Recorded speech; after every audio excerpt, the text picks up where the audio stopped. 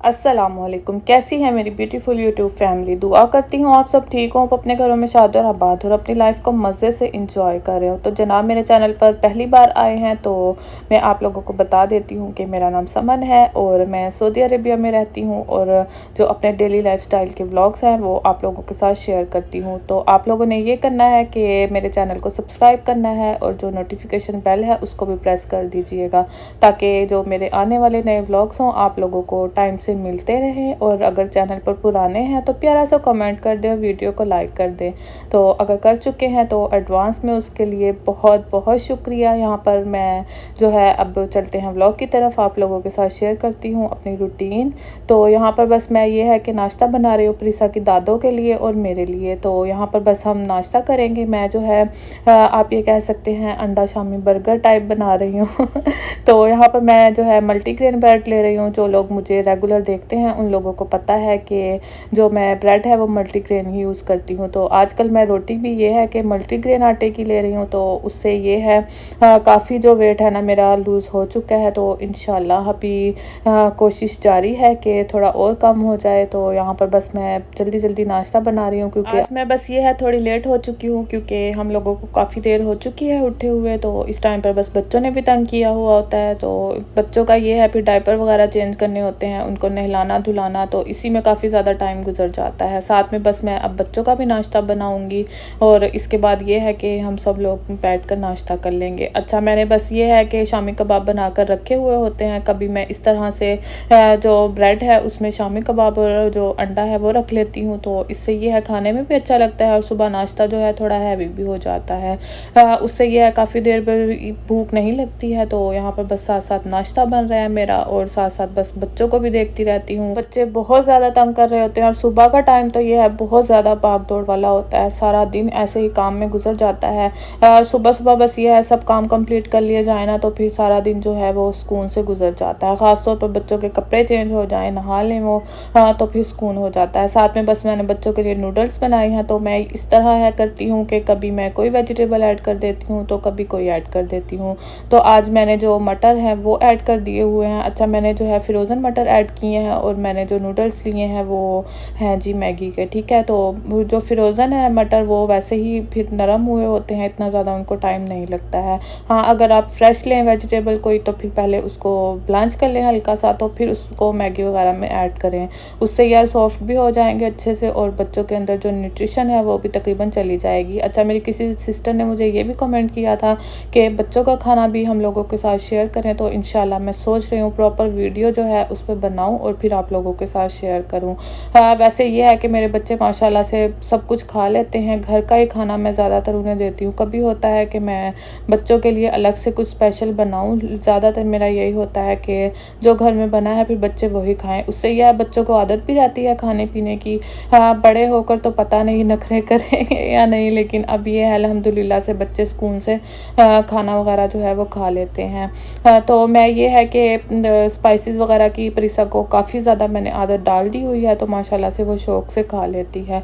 तो जनाब ये है जी नेक्स्ट डे, आज हम लोग आए हैं एयरपोर्ट पर क्योंकि प्रीसा की जो दादो है वो पाकिस्तान वापस जा रही हैं। तो इस टाइम पर यह है कि उदासी भी बहुत ज़्यादा हुई हुई थी, लेकिन ये है जो प्रीसा की दादो है वो खुश भी बहुत ज़्यादा थी क्योंकि 2 माह हो चुके हैं तकरीबन उनको यहाँ पर आए हुए। तो बस अब जाने का टाइम था। हम लोगों का तो इरादा था कि वो 1 माह और गुजार लें यहाँ पर, लेकिन बस ये था कि फिर उनका दिल नहीं लग रहा था। तो फिर हम लोगों ने भी यही सोचा कि चलें जी कोई बात नहीं, भेज देते हैं उनको, फिर दोबारा बुला लेंगे इंशाल्लाह जल्दी ही। तो यहाँ पर बस हम लोग एयरपोर्ट पर आए हैं। तो रात 10 बजे की उनकी फ़्लाइट थी, तो ये है कि हम लोग जल्दी ही आ गए थे। तकरीबन ये 7 साढ़े 7 का टाइम है। इस टाइम पर ये है इतना ज़्यादा रश नहीं था एयरपोर्ट पर भी, क्योंकि जाने वाले जो हैं वो इतने ज़्यादा लोग नहीं हैं, आने वाले ज़्यादा हैं। तो बस फिर इतना ज़्यादा रश भी नहीं था। जब कोई पाकिस्तान से आ रहा हो, आप यकीन माने इतनी ज़्यादा खुशी होती है कि कोई तो आ रहा है। जब हम लोग जाते हैं तब भी ऐसे ही होता है, लेकिन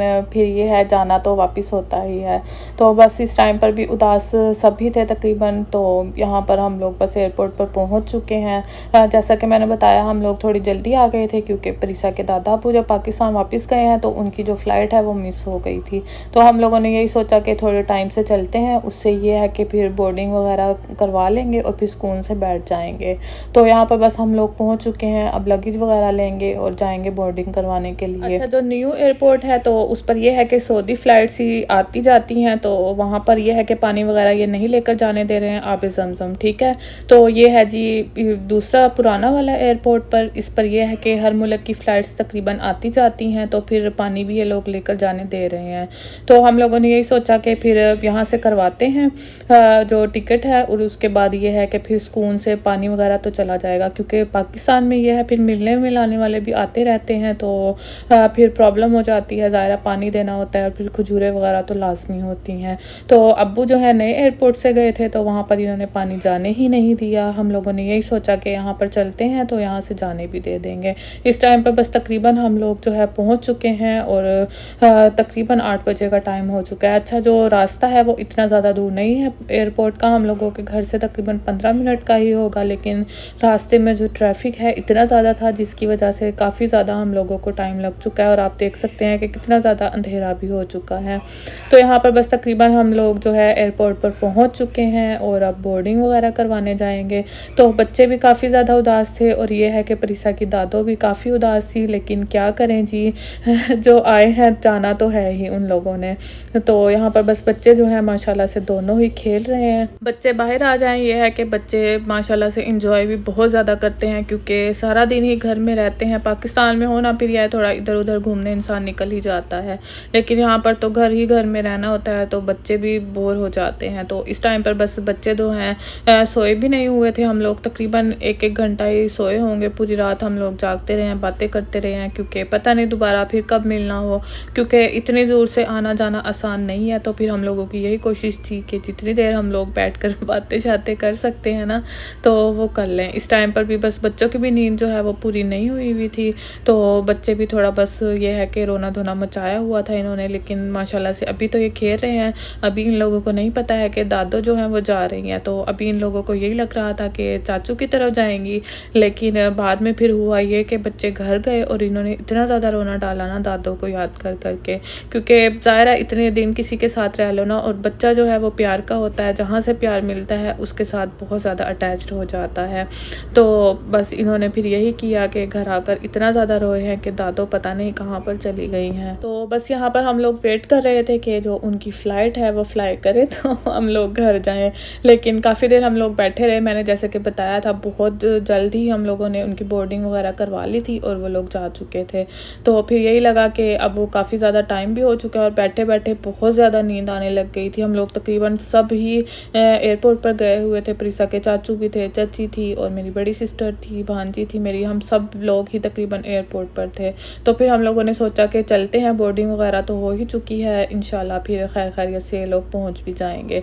तो आप लोग देख सकते हैं जो उनका प्लेन है वो ये है कि जा रहा है। तो बस दिल ये है कि उदास भी था, लेकिन साथ साथ बस दुआ भी कर रहे थे कि खैर खैरियत से वो लोग घर पर पहुंच जाएं। अच्छा, उन लोगों की जो फ़्लाइट थी हम लोगों ने PIA से की करवाई हुई थी, उससे यह PIA का तकरीबन 4 घंटे का ही सफ़र है, बहुत जल्दी पहुंचा देती है। मैंने काफ़ी फ़्लाइट्स में जो ट्रैवल है वो किया है, एमिरेट्स में भी किया है, सऊदी एयरलाइन में भी किया है, PIA में भी किया है और शाहीन में भी किया है।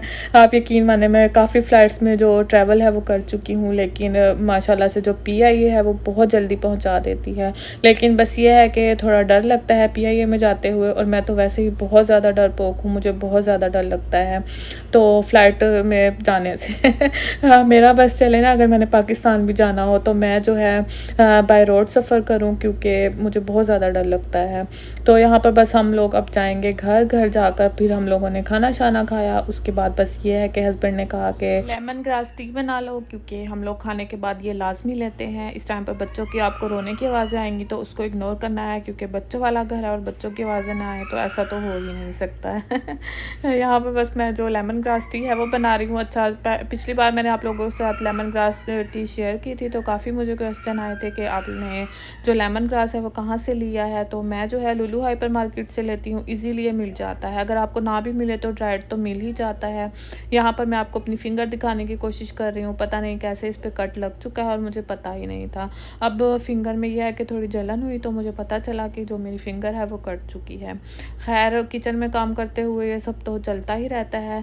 आप लोग देख सकते हैं मैंने बस पानी ऐड किया है, तकरीबन 3 कप पानी है। तो जब ये 2 कप रह जाएगा तो जो टी है हमारी वो तैयार तैयार हो जाएगी। अच्छा, इतनी अच्छी इसकी खुशबू आती है ना जब इसमें बॉयल आ रहा हो, घर में पूरे में ही तकरीबन फैल जाती है। और वैसे भी इसके तो बहुत ज़्यादा बेनिफिट्स हैं, बहुत बहुत ज़्यादा। अगर आप लोगों को नहीं पता तो गूगल करके आप लोग देख सकते हैं। अगर आपके पास आसपास अवेलेबल है ना तो आप लोग ज़रूर लें। एंटीऑक्सीडेंट है, सबसे बढ़कर बहुत बहुत अच्छी है। तो मैं जो है शुगर फ्री टी लेती हूँ, कॉफ़ी हो गई, टी हो गई, हस्बैंड मीठा लेंगे इसमें। तो थैंक यू फॉर वॉचिंग, अपना ख्याल रखिएगा। अल्लाह।